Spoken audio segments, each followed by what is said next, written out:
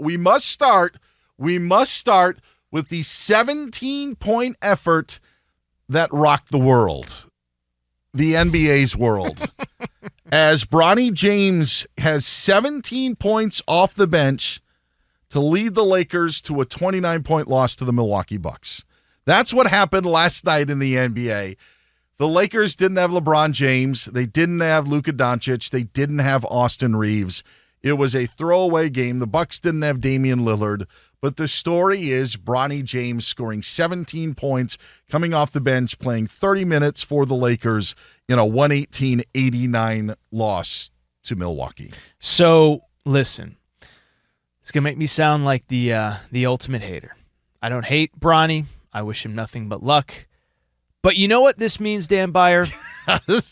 Yes, what does it mean? Absolutely nothing, okay? So here's the bottom line. There's a funny thing in the NBA called injuries. And when injuries happen, by default, someone has to play. And when someone plays, by default, someone has to put up stats, right? Like, by the way, we've always heard of the good stats, bad team guy. The Jordan Poole's maybe, dropping 28 for the Washington Wizards and it means nothing.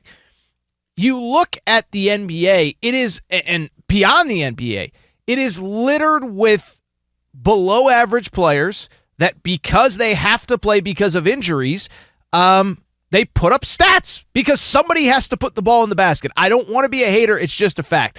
I remember, it was funny, for some reason this popped into my head, but there is a player named Matthew Hurt. Are you familiar with Matthew Hurt? Are you familiar with his game? And I pride myself on basketball, but it was unfamiliar to me. It hurt me to not know his name. Okay, so Matthew Hurt, I remember sitting here last year in this studio. It was on a Sunday. I believe I was filling in with Mark Willard.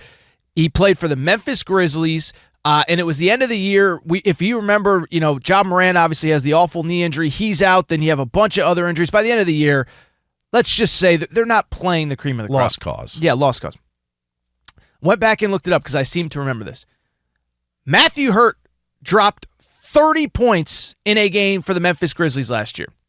Let me ask you this. Do you think he got a max extension out of that? Probably not. Did not.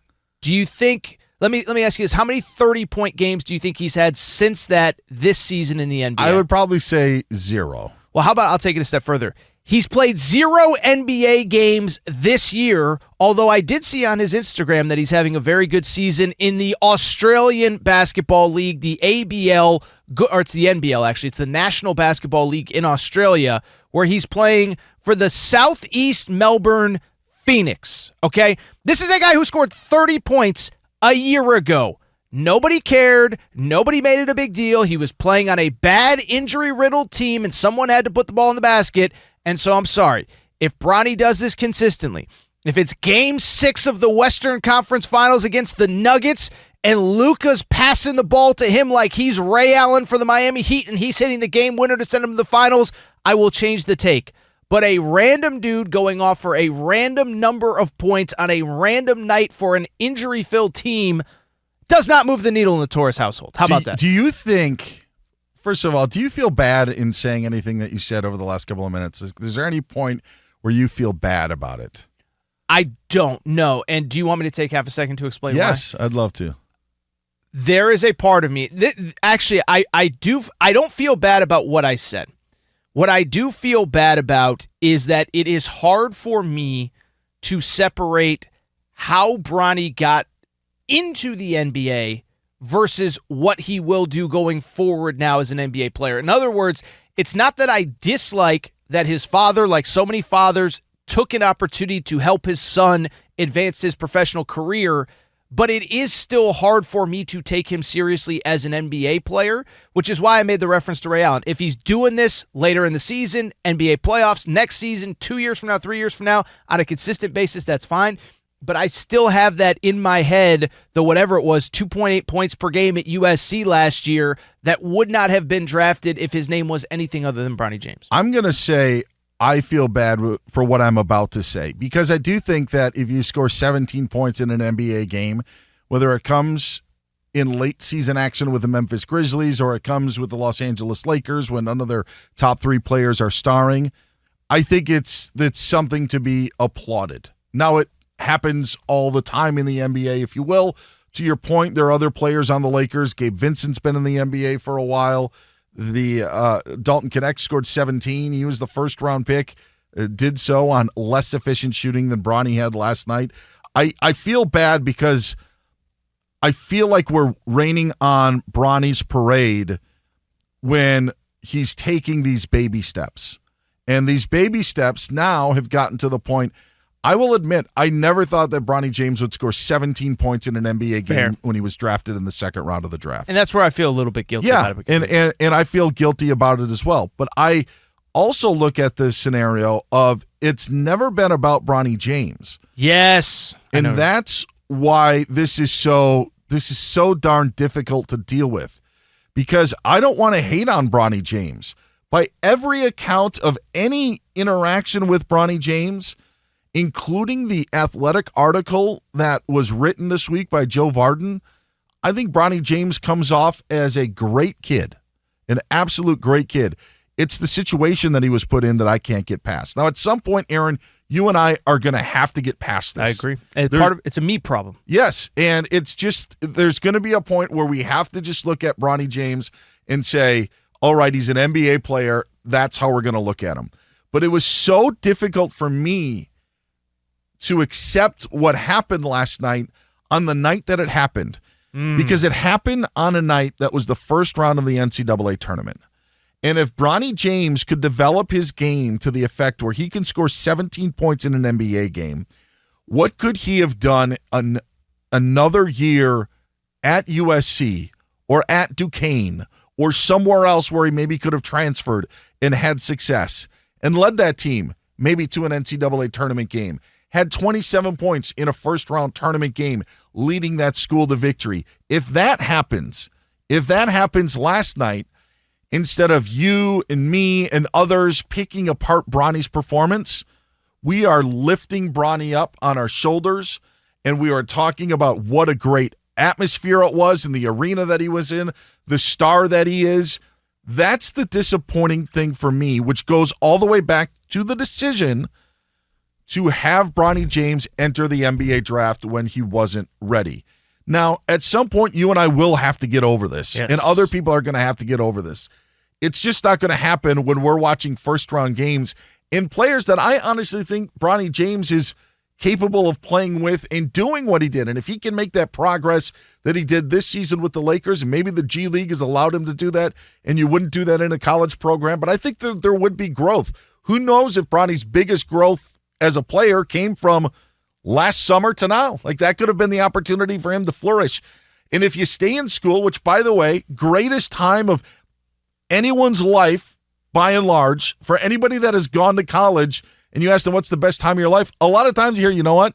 My college years. I would do anything to have those years back. Sure, we love our childhood, but you're missing out on the experience. You're missing out about doing that stuff.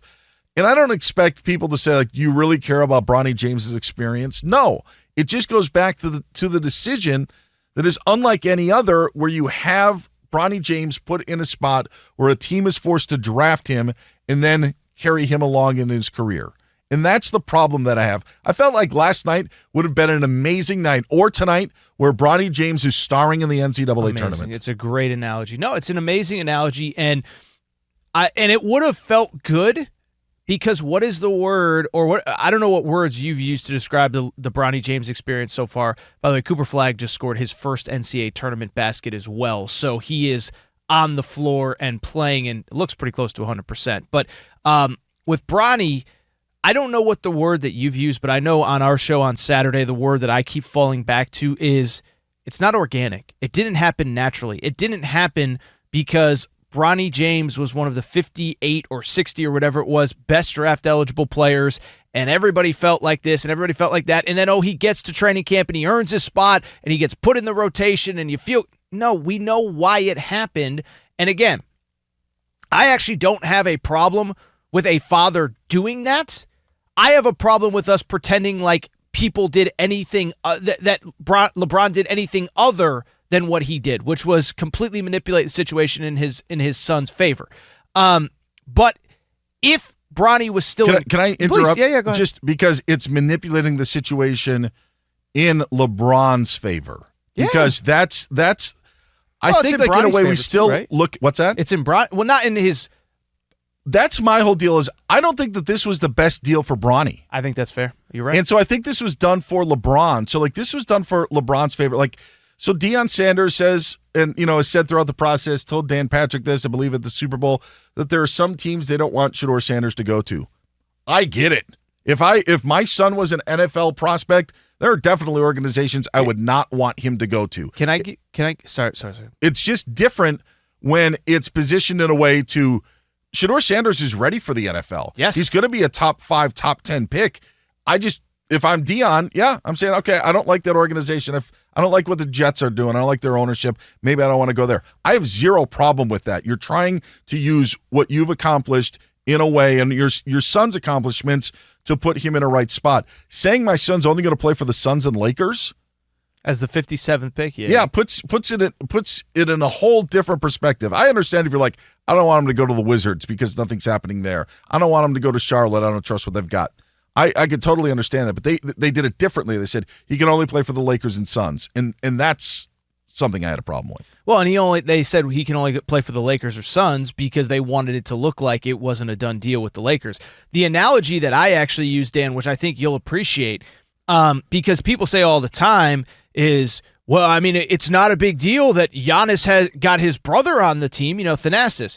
And my argument is, okay, but what is we openly acknowledge that Thanasis is a punchline. We openly acknowledge that he's a human victory scar. We don't try to make it out as though Thanasis is one of the 450 best players, 30 times 15 spots. Nobody is claiming that Giannis's brother is one of the 450 best players when he has been on the Bucks. It's just that it's what the superstar wants. It's what the superstar gets. But it's kind of a running joke every time that he steps on the floor. And so to treat Bronny as he's something other than that, and I know we're getting off the topic of the NCAA tournament, which I want to get back to, but like to treat Bronny anything other than that, that's always been the frustrating part to me, is if we just had acknowledged from 2 weeks before the draft on, hey, this is kind of a LeBron deal. He wants to play with this kid. Not one of the 450 best players, but we've been force-fed, hey, no, I mean, he had that heart problem. Well, what do you bet? You got to give him a chance. And it's like, that's the whole part that rubs me the wrong way, and I think it rubs a lot of the public the wrong way, too. It is. At some point, we will get over it. And I don't want to hate on Bronny James. Like, that's the other part of it. And that's why I don't feel that I am. Like, I actually think it's kind of neat that he did have 17 points, because I never would have thought that, as I mentioned earlier, if we were talking about this last June. I thought that it was going to be a first week of the season thing for LeBron to get his father-son moment, and that was that. The guaranteed contract was something else. I mean, that was completely different. You're not seeing that stuff that we can pile on with. I just look at last night, the moment that was lost.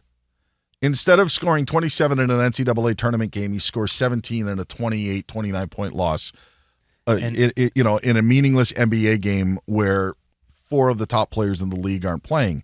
And while I think that his progress should be commended for what he's done in the G League, to me, it's really never been about Bronny. It's always been about Bron and LeBron.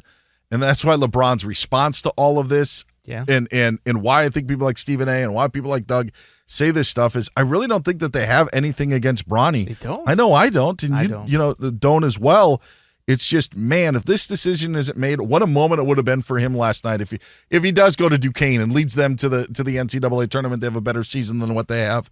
It would have been pretty amazing. Yeah, no, and to get back to that point for half a second is like you said, Duquesne. What is the tie exactly? It's LeBron's high school teammate. Yeah. See, even I'm not even totally, but I know the reference, and I know that there's family ties to Duquesne. So perfect example, A-10.